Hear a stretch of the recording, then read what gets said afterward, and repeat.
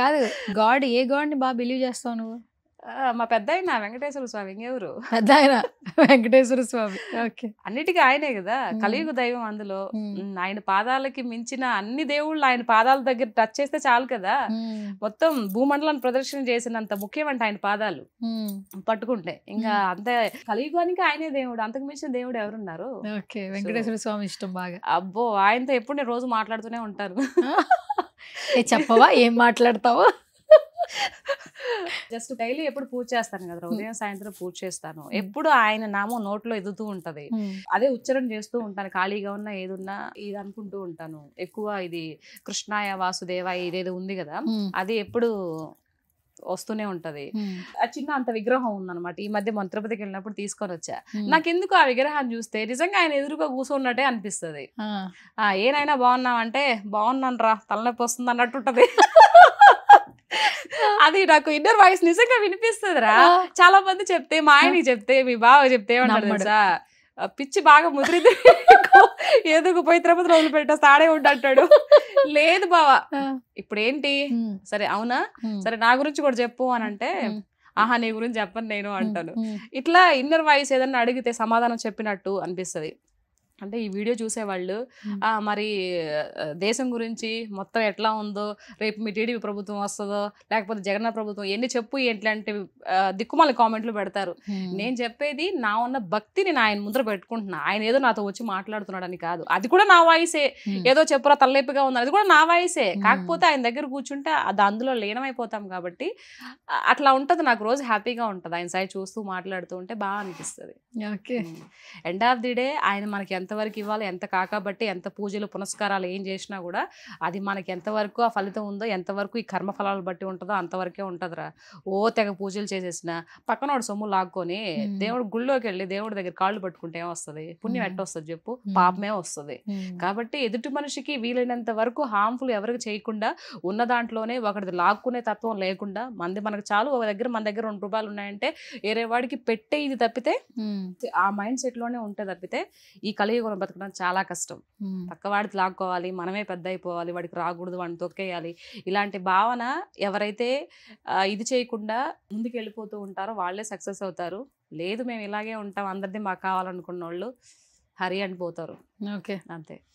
కాదు సీతక్క, ఇప్పుడు ఇన్స్టాగ్రామ్ ద్వారా చాలా మంది పరిచయం అయ్యారు. పొలిటికల్ ఇష్యూస్ మాట్లాడడం వల్ల కొంతమంది తిడతారు, కొంతమంది పొగుడుతారు. పొగడటం అనేది చాలా తక్కువ పర్సంటేజ్ ఉంటే తిట్టడం అనేది ఎక్కువ ఉంటుంది. మార్నింగ్ లేస్తే వాళ్ళు తిడుతున్నారు, వీళ్ళు తిడుతున్నారు, దట్ టు మ్యారీడ్. సో ఇప్పటికీ మీ హస్బెండ్ ఊర్లో పనులు చేస్తున్నారు. ఊర్లో ఉన్న వాళ్ళు ఏంటంటే ఇలా ఇలా ఇలా అని మాటలు అల్లేస్తూ ఉంటారు, అనేస్తూ ఉంటారు, ఈజీగా అనేస్తుంటారు. అండ్ 3 పిల్లలు ఉన్నారు. యాక్చువల్లీ నువ్వు రెస్పాన్సిబిలిటీ తీసుకున్నావనే చెప్తున్నావు ప్రతి దాంట్లో కూడా. ఒక్కొక్కసారి చివుక్కున ఒక మాట అన్నప్పుడు బాధ అనిపిస్తుంది, ఈవెన్ బావగారికైనా సరే, మీ అత్తమావలకైనా సరే. ఇప్పుడు అలా తిడుతూ ఉంటే నెగిటివ్గా ఒక ఆడపిల్ల ప్రొటెక్ట్ చేసుకోవాలంటే చాలా కష్టం. నువ్వు ఎలా ప్రొటెక్ట్ చేసుకుంటున్నావు? యాక్చువల్లీ పట్టించుకోను. ఇప్పుడు ఎవరో ఏదో అనుకుంటారనే కన్నా, ఇప్పుడు మా ఊర్లో 3 పిల్లలు నేను చదివిస్తున్నాను రా స్కూల్లో. నా 3 పిల్లలు మొత్తం 7 మంది పిల్లలు చదివిస్తున్నాను నా పిల్లలతో పాటు. 7 మందినా? 7 మందిని చదివిస్తున్నా నా కష్టంతో. దాని గురించి చాలా మంది మాట్లాడుకుంటున్నారు. సో ఇలాంటి అమ్మాయి ఎంత మంచిగా తన ఇంట్లో చూసుకుంటూ పక్కన పిల్లల్ని కూడా చదివిస్తుంది అని అంటే అవి కదా మనం తీసుకోవాల్సింది. ఈ యొక్క నెగిటివ్ ఎందుకు తీసుకోవాలి కదా? ఏదైనా కూడా మన బాధ అనేది మనం తీసుకునే మంచిలోనో చెడులోనో ఉంటది. మంచిని తీసుకుంటే హ్యాపీ వస్తుంది, చెడుని తీసుకుంటే బాధ వస్తుంది. ఎవడో ఏదో అన్నాడని ఎందుకు బాధపడటం? నా ఇంట్లో నా ఫ్యామిలీ ఉంది, మా అత్త మా మామయ్య లేకపోతే నా పిల్లలు లేకపోతే నా భర్త ఏదన్నా అంటే కదా నేను బాధపడాలి. మిగతా వాళ్ళంటే ఎందుకురా బాధపడటం? సింపుల్, అంతే. ఏం పెద్ద విషయమే లేదు, పట్టించుకో అయితే.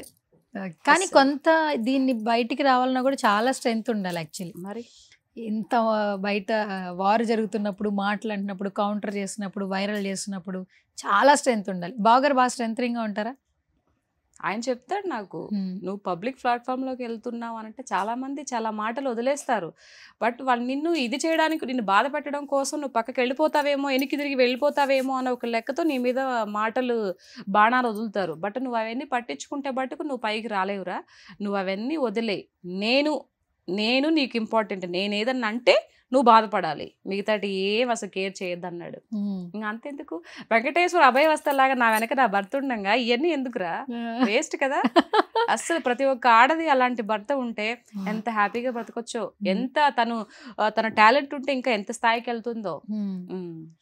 నీతో నేను ఎప్పుడు కలిసిన నువ్వు ఫ్యామిలీ, హస్బెండ్, నా భర్త గురించి బావా బావా చెప్తూనే యాక్చువల్లీ నేను చూస్తున్నప్పుడు అనిపిస్తా ఉంటాను, చాలా మంది అన్నారు ఈ పెళ్లి చేసుకోవద్దు అనుకున్న వాళ్ళకి కూడా ఇంత బాగుంటుందా పెళ్లి చేసుకుంటే అన్న ఫీలింగ్ ఇస్తావు. యాక్చువల్లీ నేను చాలాసార్లు అబ్జర్వ్ చేశా, ఎప్పుడు ఫోన్ మాట్లాడినా ఇంటర్వ్యూ చేసినా ఈ బావ మాత్రం కామన్ యాక్చువల్లీ.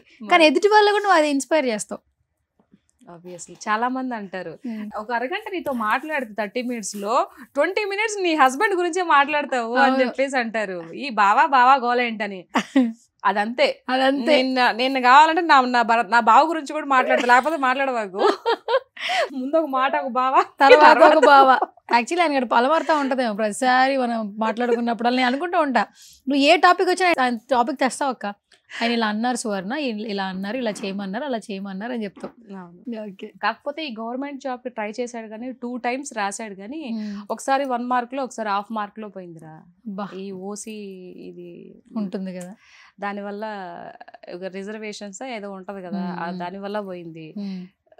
ఏందో అట్లా, లేకపోతే మంచి జాబ్ లో ఉండాల్సిందే గవర్నమెంట్, మంచి ఇంటెలిజెంట్ పర్సన్. కాదక్క, ఎప్పుడైనా మళ్ళీ ఫ్యూచర్ లో హైదరాబాద్ సెటిల్ అయిపోదాం, పిల్లల కోసం వచ్చేమ్మా. నాకు హైదరాబాద్ లో ఉండడం ఇష్టమే లేదు. నాకు ఎంచక్క ఇది నీ మాట, బావ మాట, నా మాట కూడా అస్సలు నాకు ఇంట్రెస్ట్. కాదక్క, పిల్లలు చదువులు ఇప్పుడు వాళ్ళని 10th class వరకు అక్కడ చదువుతారు, నెక్స్ట్ ఇంటర్ చదువుకొని ఊరికి వస్తారా? ఇక్కడ ఉండడం ఏంటి, చదువుకుని ఊరికి వస్తారు, హాస్టల్లో ఉంటారు, చదువుకొని మళ్ళీ ఇంటికే వస్తారు. మా ఇంట్లో నా డ్రీమ్ చెప్తున్నాను చూడు, మహా అయితే ఒక 5-6 ఏళ్ళు ఇక్కడ ఉంటానమ్మా, అది ఇండస్ట్రీలో సక్సెస్ అయితేనే ఉంటా, లేకపోతే 2-3 ఏళ్ళు వెళ్ళిపోతా తట్టాపుట్టా సర్దుకొని. ఇంకా రాను నేను శుద్ధంగా వెళ్ళి ఆవుల దగ్గర, ఆ కోళ్ళ దగ్గర చేసుకుంటేనే మంచిగా ఉంటది, చాలా హ్యాపీగా ఉంటది, ఆరోగ్యంగా కూడా ఉంటాం.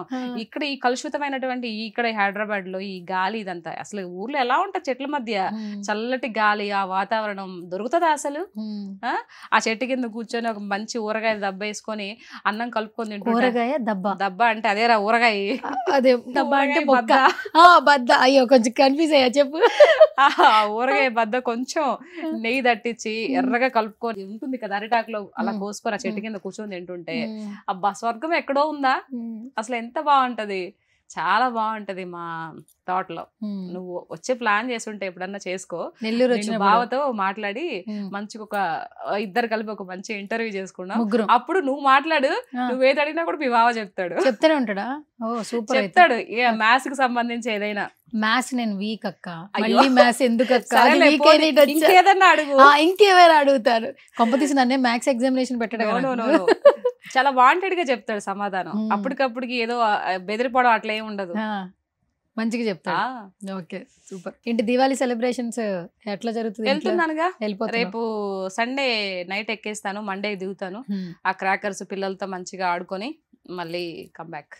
మర్చిపోయా, ఇది నాగుల చవితి నోములు ఉన్నాయి కదా, నాగుల చవితి 25 నాగుల చవితి చూసుకొని 26 మా చిన్నోడి బర్త్డే, వాడిది చూసుకొని అయితే కంబ్యాక్ 27 28 కానీ మళ్ళీ హైదరాబాద్ వస్తారు.